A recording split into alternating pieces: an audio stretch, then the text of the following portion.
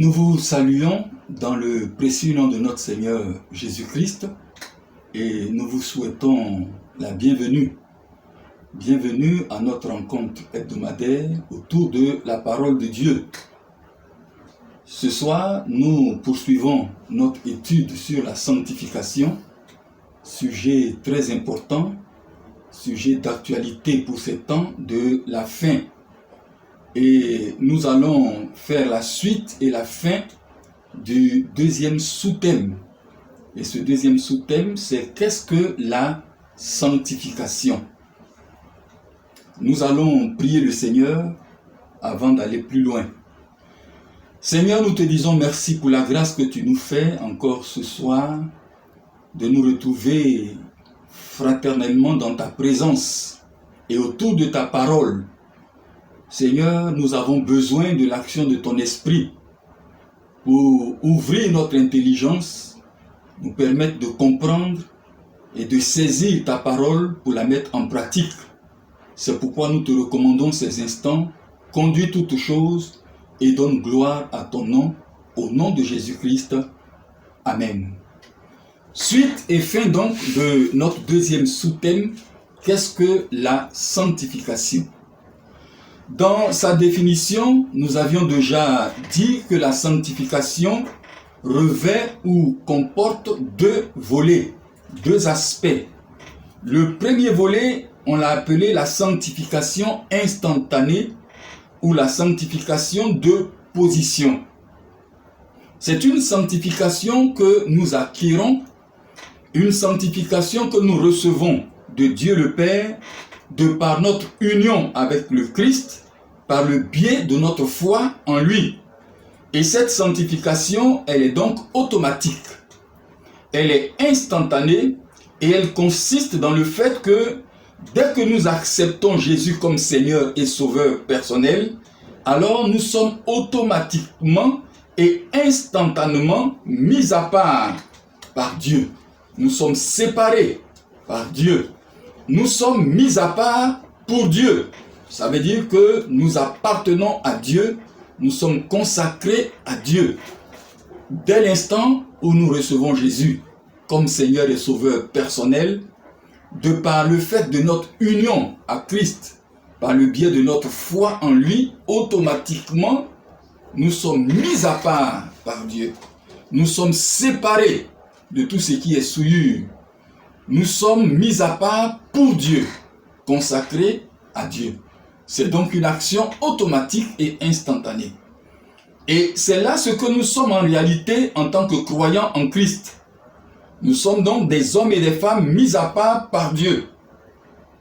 Et nous devons saisir cette réalité.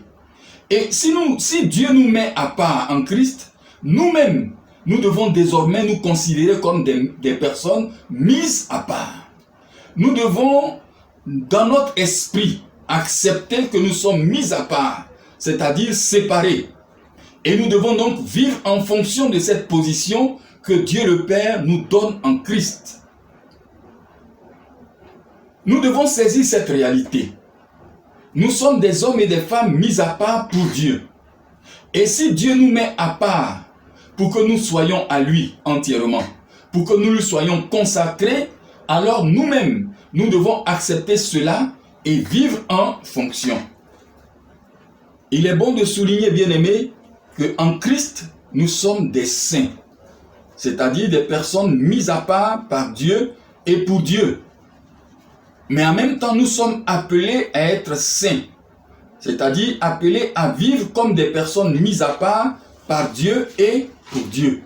Et c'est ce qui ressort du texte que je vous invite à lire, tiré de la première lettre de Paul aux Corinthiens. 1 Corinthiens chapitre 1 et le verset 2. Nous allons commencer même à partir du verset 1. Il est écrit, Paul, appelé à être apôtre de Jésus-Christ par la volonté de Dieu, et le frère Sosthène, à l'église de Dieu qui est à Corinthe, à ceux qui ont été sanctifiés en Jésus-Christ, appelés à être saints. Voilà donc la déclaration de l'apôtre Paul en ce qui concerne l'église de Corinthe. Il dit, ils sont sanctifiés en Jésus-Christ et ils sont appelés à être saints. Sanctifiés, mis à part par Dieu, mis à part pour Dieu, par le fait de leur foi en Jésus, de leur union à Christ, mais en même temps, ils sont appelés à être saints. Et c'est cela, le deuxième volet de la sanctification pratique ou la sanctification progressive. Et cela concerne notre vie de chaque jour, la façon dont nous exprimons ou la façon dont nous traduisons au quotidien notre position d'homme ou de femme mise à part par Dieu et pour Dieu en Christ. Donc des personnes appelées à être saintes. Cette sanctification, elle est pratique. Elle est démonstrative. Cette sanctification est la preuve ou la démonstration de notre état d'homme ou de femme sanctifié par Dieu en Christ, mis à part pour Dieu, mis à part par Dieu en Christ. Et cette sanctification, la sanctification pratique et progressive, elle est donc progressive comme son nom l'indique.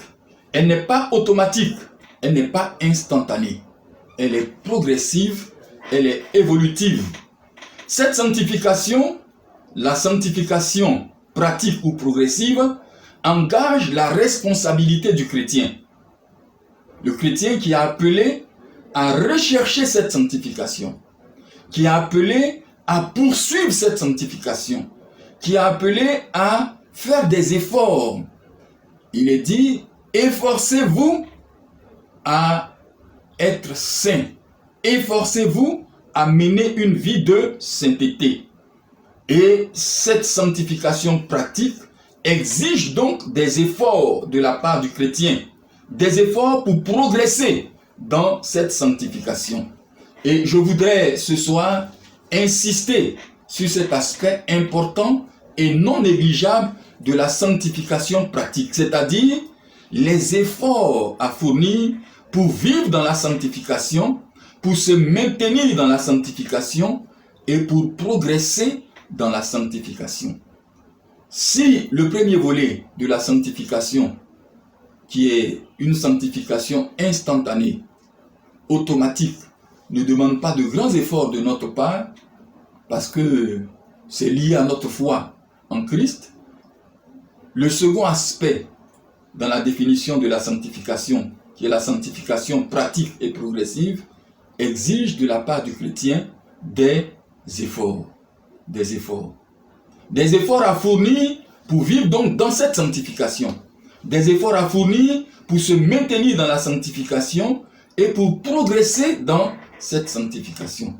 Il va sans dire donc que chaque jour, nous devons lutter contre les influences négatives du monde. Nous devons lutter contre les pressions de l'environnement. Nous devons résister contre la séduction et la tentation du péché. N'oublions pas que le chrétien est dans un monde gouverné par le diable. Un monde dont les principes s'opposent aux principes évangéliques, aux principes de la parole de Dieu. Et la pression devient de plus en plus forte. L'influence du monde devient de plus en plus forte. Donc chaque jour, le chrétien doit lutter contre ces influences. C'est un combat au quotidien pour se maintenir dans la sanctification pratique, dans la sanctification progressive. Chaque jour, nous devons être vigilants pour ne pas retourner à tout ce que nous avions vomi, tout ce que nous avons abandonné, nos anciennes et nos mauvaises habitudes, nos anciennes et nos mauvaises pratiques. Le chrétien doit chaque jour être vigilant.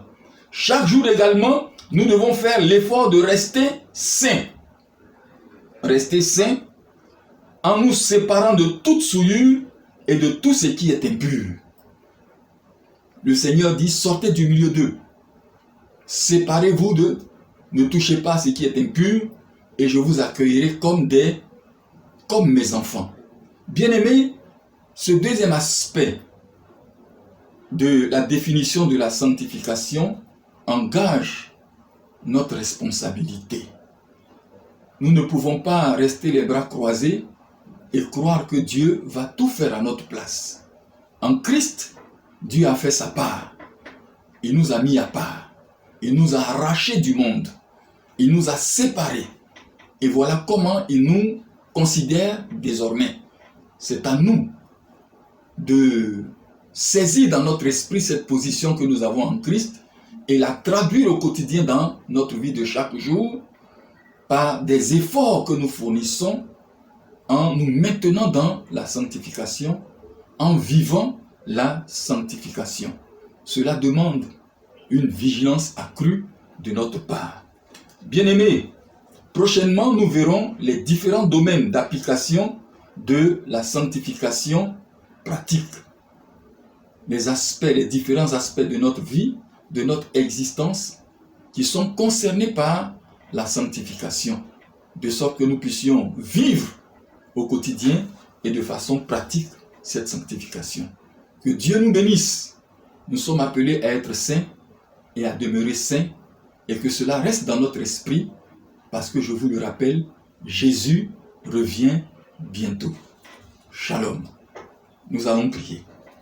Seigneur, nous bénissons ton nom, parce que tu as fait de nous des hommes et des femmes mis à part par toi, et mis à part pour toi, pour t'appartenir, et vivre désormais selon ta volonté. Tu nous as sanctifiés, et tu nous appelles à être saints, à démontrer notre position d'hommes et de femmes saints en Jésus-Christ. Seigneur, la tâche n'est pas facile. Le monde qui nous entoure, Seigneur, ô Dieu Tout-Puissant, a des pressions, a des influences. Seigneur, ô Dieu, la séduction du péché. Seigneur, toutes ces choses qui nous poussent à l'impureté. Aide-nous à résister. Aide-nous à nous maintenir dans la sanctification. Aide-nous à nous battre pour progresser dans la sanctification. À aller dans la sanctification pratique de progrès en progrès. Et Seigneur, parvenir à la stature parfaite de Christ. Te ressembler à tous égards. Béni sois-tu parce que tu le fais dans ta fidélité et pour la gloire de ton nom. Au nom de Jésus-Christ. Amen. Que Dieu vous bénisse.